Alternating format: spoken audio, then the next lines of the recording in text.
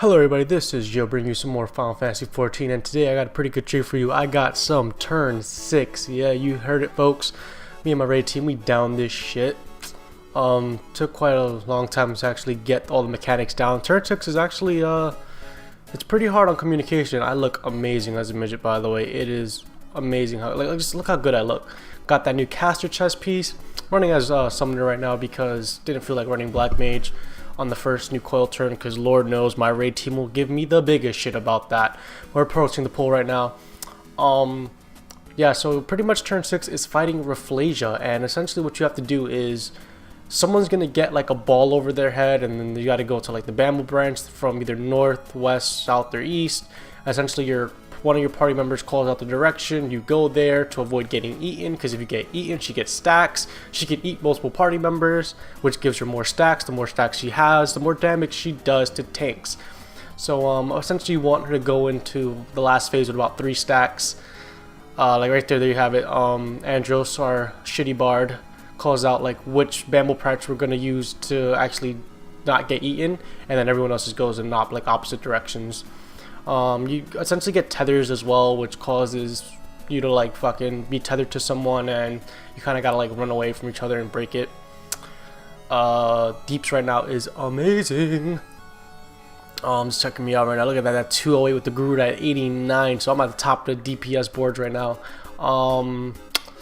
Dude, turn 6 is where it's at. As always, tanks avoiding mechanics though. Like pretty much the person on the first and second on the enmity list don't ever get targeted by like fucking orange balls. So guess who's on the first on the enmity list? Oh wait, the tank. Guess who's at the second? Oh wait, the tank. Or the off tank. And it's just like fucking pretty much they stand still and tank swap. So tanking turn 6, it's where it's at.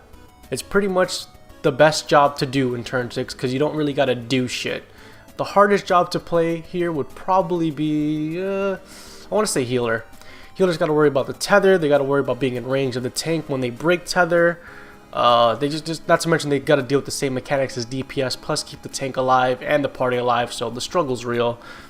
But I mean, tanking turn 6, it's not rocket science. It's not that hard. You don't do anything. You just get tethered, and half the times you don't even break the tether. The fucking person tethered to you breaks the tether. So tanking T6, I don't respect it. I'm sorry, I can't. But moving on, like the phases are pretty simple. At 60, like 8%, she does a move called, what's it called? This is a blighted bouquet. Essentially, you can't do anything. If you're moving, casting Aether Flow, do any form of casting, any form of movement, auto attack, anything, you die. Like it automatically like blows you up. Like there's just no way around it. So pretty much you want to have her focus targeted. Around 68% she usually does that. You gotta take out these dark matter bulbs because they pretty much spawn the giant bramble branch circles you see around us. Like all these branches and shit, all these thorns coming up from the ground, that's pretty much the bulbs growing. So if there's one in the middle, you want to blow it up as fast as possible. DPS for this fight isn't really that. It's more of like a mechanic communication check if anything. And then there's the honey glaze. Pretty much the honey glaze mechanic is simple. Someone gets honey glaze, a bee comes in, you pretty much blow B as high as you just blow the bee up. During the B phase, there's going to be a tether. Someone gets tethered, and after the tether, shortly after, is another blighted. So pretty much you stand still. This is where dots are amazing, but pretty much you want to kill the B as fast as possible. If not, he starts doing a thing called like Stinger, which does like 30,000 damage to whoever it hits. So it pretty much kills everyone, and it'll wipe the whole party, like ever so slowly. So yeah, I mean the DPS checks on this fight is just pretty much Hornet, and that's it.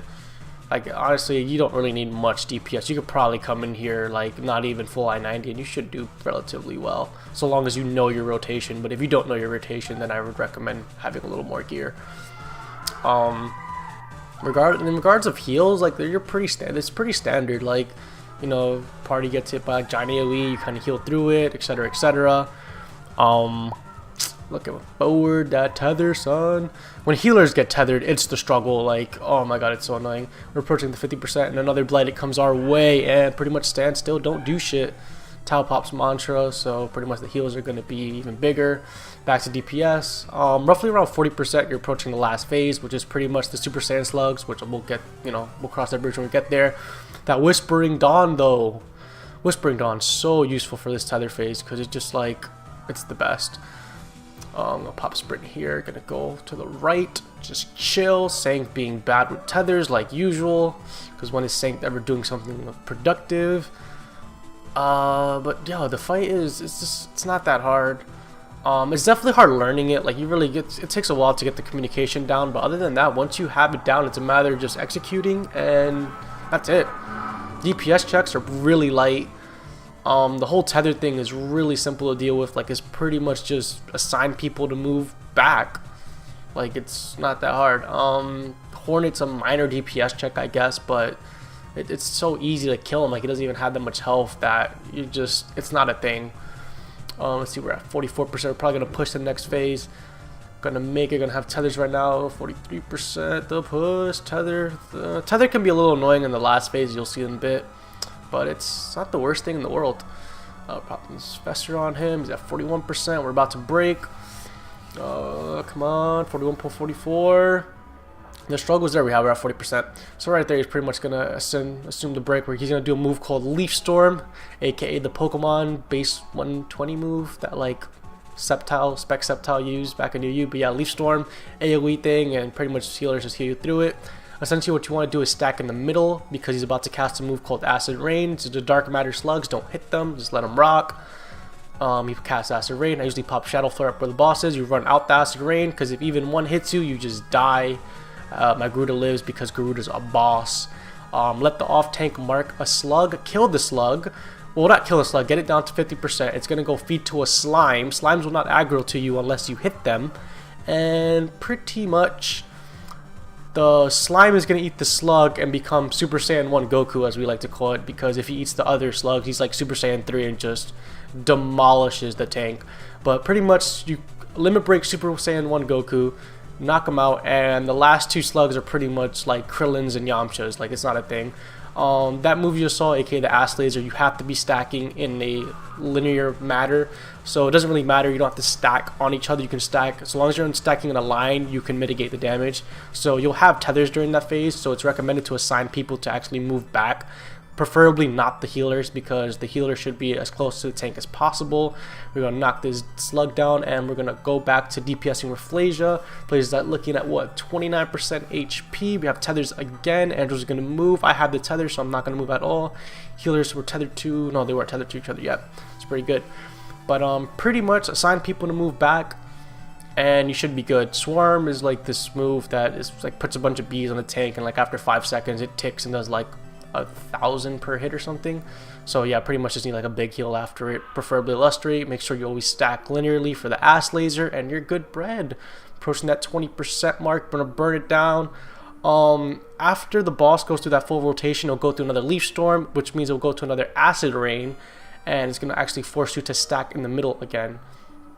So that was a swarm right there. Right now it's the boss is casting Leaf Storm, so pretty much its rotation starts again. So after this Leaf Storm, we're gonna get the heal, run back to where the A is, which is the middle, stack for Acid Rain, and just rinse and repeat. Just that this time we're gonna take all the slugs and actually have the off tank just take them away, just do work somewhere else. What we're gonna do is we're gonna burn Rafflesia down.